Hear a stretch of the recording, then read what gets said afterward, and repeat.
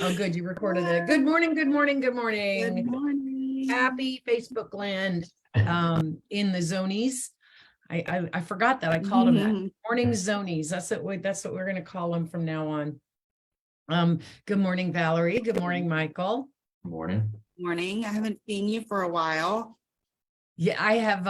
Yes, I have been taking some much needed respite that included alcohol, Caribbean islands, and my aerobics was dancing. So I got all of the major food groups in and activities in, so I'm good. All the things. All the things. No, Let me tell you though, no. one thing that was really shocking was I didn't sleep less than 8 hours any single night, and it was not alcohol induced. I got the best sleep all week long. I woke up and it was like 8:30 in the morning. I'm like, what the heck? I never sleep until 8:30. It's because there's no stress. No, well, there was a little bit of stress. No phone. Yeah, there was a little. How could he say that? You and I talked almost every day. Well, through text, no phone calls, yeah. There was a little bit of stress in the casino, I survived. Oh, I guess you didn't win the $100 million or whatever that the lottery slot. No, it was $1 million, and I made it to the top 100. That was shocking. There were 1,600 people in this tournament, and I made it through the first 2 rounds to the third, which was the top 100, and everybody that got in the top 100 was in the money. But then I made it to the lower 10 of the top 100, and I just got free play, which was still fine. It was just a great experience.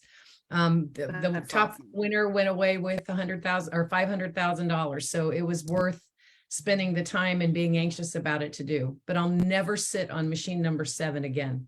It jinxed me. Oh, that's so funny. So Mike, we haven't actually seen each other for a couple of weeks. And so we miss each other. So we're a little chatty. I just want to say real quick before we get started, the zonies know that I'm always trying to multitask, watching the Facebook page, responding to comments, saying good morning, but I can't do that this morning because we are out in the middle of the woods and the internet is kind of not shoddy, but it's not. Jeremy said we are on 1999 internet. Well, that was a very good year. I will respond. Yeah, I will respond to everybody afterwards. But I'm so excited to have Mike on this show this morning. His story is just awesome. It's awesome.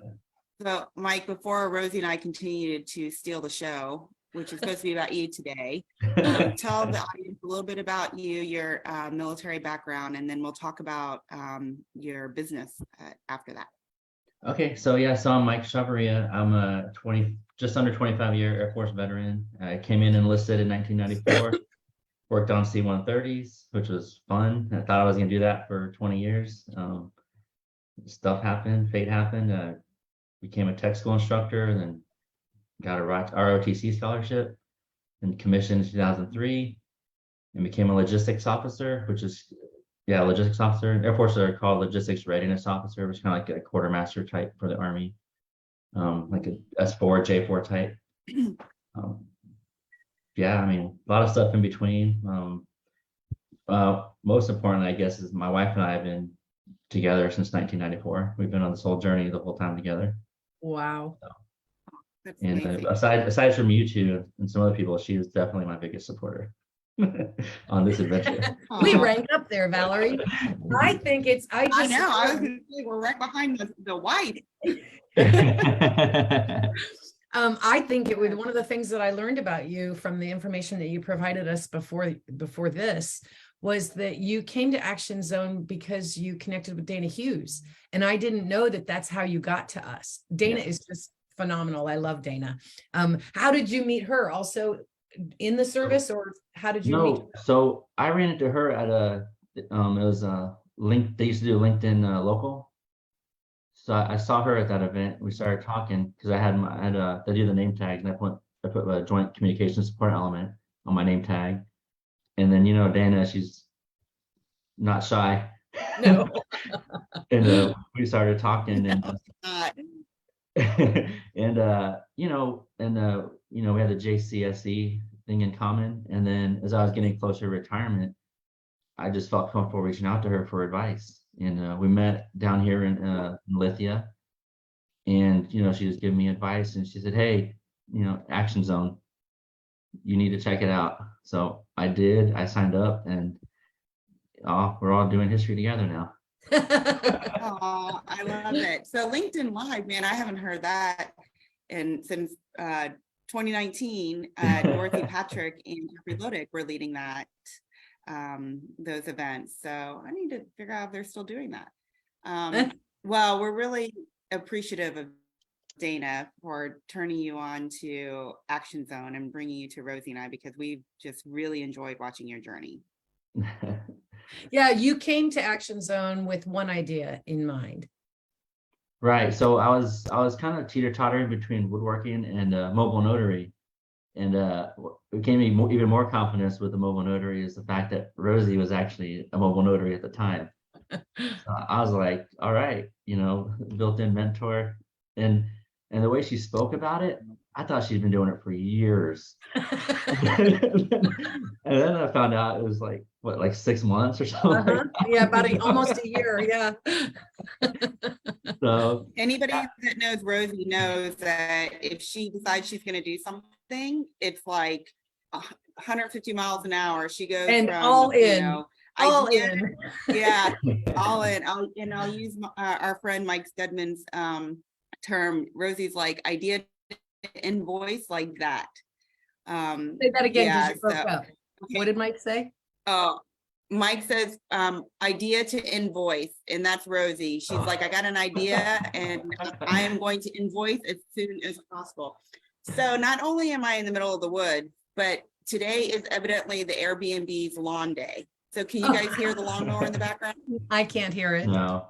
Okay, good. All right. So anyway, yes, Rosie, she took that idea about the horn, and being Rosie, not only did she start her own mobile notary during 2020, she realized that there are so many people like yourself who thought about being a mobile notary, had no idea like how to run that business. So she created a course, an entrepreneur course for mobile notaries. But this is not the Rosie hour. This is the Mike hour. I know. I'm sorry. It's such a fascinating story. I love entrepreneur stories. Yep. So you completed Action Zone, still doing or exploring the mobile notary. Right. So I was looking at the mobile notary stuff, getting all my certifications, and then I was looking at online notary as well, which I could have kept doing. But then so we had to so my mother-in-law moved in with us, and she had dementia. So my wife went back to work in 2020, the year I retired. So the way things worked out, I was able to stay at home and be her caregiver. And that made me push me towards woodworking, and that ended up that's really, I was definitely more passionate about woodworking than doing the mobile notary. So it was just the way things worked out. there are two things about your story there at that crux that I think everybody should pay attention to. One is that you availed yourself of opportunities to learn how to build a business, so that when the second thing happened, the second point that I wanted to make is when life happened and you needed to switch to something else, you needed to change your whole outlook on what you were doing, you had the tools you needed to be able to do that, and you understood how to do that. And I think that's really important for people to understand. As an entrepreneur, the idea you start with may not be the idea you end with, and it might not be because it's not profitable or not viable. It might be because life threw something at you that you had to change directions. But if you have the tools at your disposal to make that change, it doesn't matter if you're going from being a mobile notary to having a woodworking business. Personally, since I have bought a couple of your products, I am so glad you're in woodworking. I know. Speaking of which, I Don't asked say Mike it. to share. You can't say it either. Oh, what? You can't say it because some of my What? kids watch. Oh, this. I know. No. Okay. I know. No, Mike I asked him to share some pictures of products that he's made. So let's see if I can share my screen. And And if you one can't participant because can of your share at a internet time. connection, I will. Okay, yeah, let's not risk it. Okay, let me find it. Whoops. I'm just so excited about my product that's coming. And I'm sure that once I put it on social media, or you put it on your social media, other people are going to want it. Can y'all see this? Can you see blow it up a little bit? Yeah, I'm trying to get Or there. no, it's 100%. I can still blow it up. Yeah. See that Grinch? You see that Grinch? I've been wanting that thing for a very long time. And I sent Mike a screenshot and I was like, can you make that? And look. I know. And then he did. Yeah. And That's also, mine. and Valerie saw something on her Facebook feed, and the actual text, the Grinch, she connected me with Ryan, who lives in St. Pete, and I made that for him. Oh, nice. I met him last week at I was at an event in Tampa, and he drove over to Tampa and picked it up. But that's one I made. I have at the market, but because he wanted to paint his himself, so I went ahead and made two. Nice. One. Well, yeah, I saw somebody was on I don't know, St. Pete Facebook page, and they said, do you know anybody that can make this? And I was like, of course I do. Yeah, but I mean, look at the variety of things.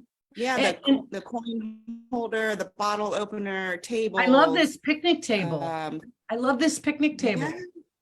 Yeah. One of my friends saw that on Etsy, and she asked me if I can make it, and I was like, challenge accepted. Let's go. And then I think one of my favorite ones is this the cradle that you that is the bassinet. The bassinet, yeah. Her name was Katie. It was her grandmother's bassinet, and you did such a phenomenal job on that. Just phenomenal. Thanks. The process is on my Instagram. I did a reel on the beginning and a little bit through it. I love that. So everything I know we just can't stop talking on top of each other. Go ahead. I know. We're so excited. No, go ahead. I was going to say, I think the fact that I know this is what we're like in a board meeting, let me tell you. And if we have a think tank session, we get nothing done because we got too many ideas and not enough action. What I think is so cool is that you have these great utilitarian pieces like the card holders. You know, anybody in Sun City Center or the Villages or Top of the World, that community needs these card holders, right? Because it's too hard to hold all of your cards. But then you've got these great decorative pieces as well, like the picnic table, like some of the plaques and wall hangers that you've done. You just have taken what you learned and just keep expanding. And I just love every time I see something that you've done. So I'm done. Thank you. Rosie, go over to the other, move over to the, look at the cabinet underneath the kitchen sink. Like, I know, I saw that. Did you see this fire pit? Yeah, I mean, I can't wait for us to finally find a house. So we can build. Don't do it in Bushnell. No. Yeah, the house. I love that white cabinet too. I love that white foyer table. Nice. Very cool. So you involved in this is not just, we probably have to actually start talking about, you can look at those forever to forestall doing that at least sometime later in your business, but you keep adding new skills and new a little frustrating at the market because it's wood product, so it has to be, they have to want it, and you have to, the vendor market, a vendor told me to make some anime stuff, so I did little like 5.25 inch anime things. It's those little details you don't know until you start operating. Yes, because I was selling little things, and being vendors a little bit longer than Mike, so she's always pouring in some suggestions to help him out, and based off of her experience selling the dog. And I try to do different markets, just to expand my clientele to get to what you all know what I want to do is like I put my picture on there on purpose because I smile. And no joke, he said, I was looking for someone to help me out. And I'm like, yeah, yes, I'll be there. I'll be there in 30 minutes. So I went, I talked to him. To broaden and hone in on, Yes. Yeah, I can't tell you how many times you told me, yeah, I got another client. They asked, People told me throughout my life is if you're not making mistakes, you're not trying. So Mhm. expanding. So, and I'll eat the cost. biggest challenge in transitioning or pivoting your business from essentially a service. So I look on Etsy, and that's kind of where I started my base of what to make. And then really with April Caldwell, Mhm. Action Zone, Action Zone Entrepreneur Entrepreneur Spotlight. Entrepreneur Spotlight. That's right. And she talked about a market. She was, all right, pay for the market. Now you have to make stuff. So that kind of got me up and then move forward. So I knew nothing. So I was just a sponge, So figuring out your avatar, trying to figure out people's pain points, the financials, and Jeremy teaches is huge. And of course, Dr. Russ's processes is, that if you want to make this much money, it's where you have to start. And, the whole cycle, it's just stuff you don't really think about. You just think people have a business and they make money and you think it happens right away, but a lot of times it doesn't. So when I feel like I'm behind, I just like, wait a minute, it's just, I've only been out for 2 years. So, and I'm still an apprentice woodworker. I'm not like, great. I know there's a lot better woodworkers than me, but I'm not afraid to try things. And now with the Activate, it gave me the skills to transition from the mobile notary to the woodworking. Because, I just reset the price points for expenses and all that on equipment and what to charge for stuff, which you all beat me up about all the time. But We're working on yeah, and with the incubator right now, it's just great because it pushes you more. It's like a recharging, re-energizing, and then so I'm gonna have my assignment done by Wednesday, which is to have something online to sell. So but I had 3 markets this week, so that took a lot out of me. But yeah, so just with y'all, your support has been awesome because every time I call or email, you always respond. You connect me with whoever I need to be connected with. That's because we like you. I mean, we like all of you, but and that was the whole point. And if you're watching this on our Facebook page and you've been a part of the program or wanted to be, and you're afraid to reach out, listen to him. You just, email and call. We're pretty responsive. Sometimes we get a little waylaid for other things going on. Did you want to say good morning? But man, we want to help you. Okay, no. Right. And the most amazing thing about you, Mike, as an entrepreneur that's been through the program is that you really leaned in, and you are acknowledged that you have some knowledge gaps and just, taking it all in and implementing it. I think, with the difference in the program from Activate and Incubate is, Activate, we have a curriculum. And that curriculum takes you from idea to a living business model if you lean in and do the coursework. With Incubate, it's more actionable. It's accountability in action. Jeremy listens to the pain points that the founder has currently going on in their business, and then he assigns a task to help you get through those pain points. And they have to come back, the next class and talk about what they did to complete the assignment, if you will, and if it worked or not, and if they didn't do it because they've got 3 markets and, his challenge this week was to get on some sort of platform. We recommended Spousely because Spousely, founded by military spouse Monica Fullerton. It's a very easy platform to get on, and it's for first-time risk taker, if you will. Economically, it's at a good price point for early stage founders. So I look forward to seeing how you and Stacy navigated getting on Spousely. We'll be out of the woods Wednesday. I think that what Mike demonstrated and what you just further explained is that when Mike went through Activate, he was ideating, he was trying to figure out what he was going to do, and he was trying to build that business. So Activate really is about building the business model, the components that you need, all of that. Then when we get to Incubate, then you're working on the operational side of it. Now you got it launched. You might even, you're making some money, even a little bit of money. But now all of a sudden, these new challenges that you didn't even anticipate about operating a business, like, and I'll use Stacy as an example, like having a Stripe machine that works and is connected to your bank account and will take their credit cards, or getting on other platforms to sell your products and or advertise your services. Those operational things we don't even discuss really in Activate, except that you're going to have to get ready to do those and be prepared with the resources and partners you need to do that with. So that you take you from that idea that I want to do something, and then we help you operate it. So I'm really hopeful that we get funding for Accelerate so that people like Mike and Stacy and some of the others in the program can go to that next phase, which is like growth. Let's figure out how you're going to take this and scale it to whatever you want. One of the things that I think is special about Action Zone is that we're not pushing you to a unicorn exit, because that might not be what you want to do. Your exit strategy might be that you want to retire in 5 years and just have enjoyed the experience, or you might want to be leaving a business for your family to take over at some point.